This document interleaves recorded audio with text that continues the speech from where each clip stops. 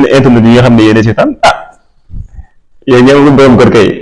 si jaay gi ni jànkatu xasida la bismillah moom ne ba léegi amagul soxna kon kuy ñëw rek jaamu ci yàlla kon ndax damay dégg ñu bëri ñu naan man jànkatu xasida laa bëgg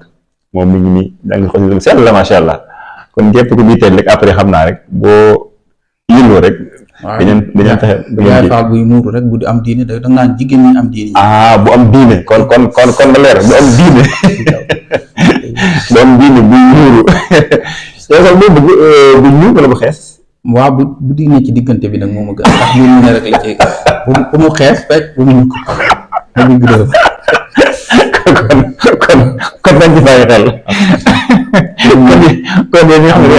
jigéen bu ñuul wax dëgg am na moom di ko para sentir te genn xeesaa giit na digg dóom rek kon daal ko xeeral waaw dina ñëw digg dóom rek digg dóom ma mbir moom mi ci gën mooy digg dóom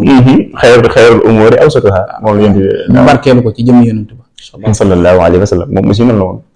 noonu la meloon xam ne nekk woon ko ëpp waaw moo tax ñu barkeelu ci digg dóom léppam dafa dégg moom kon loolu ñu bàyyi xel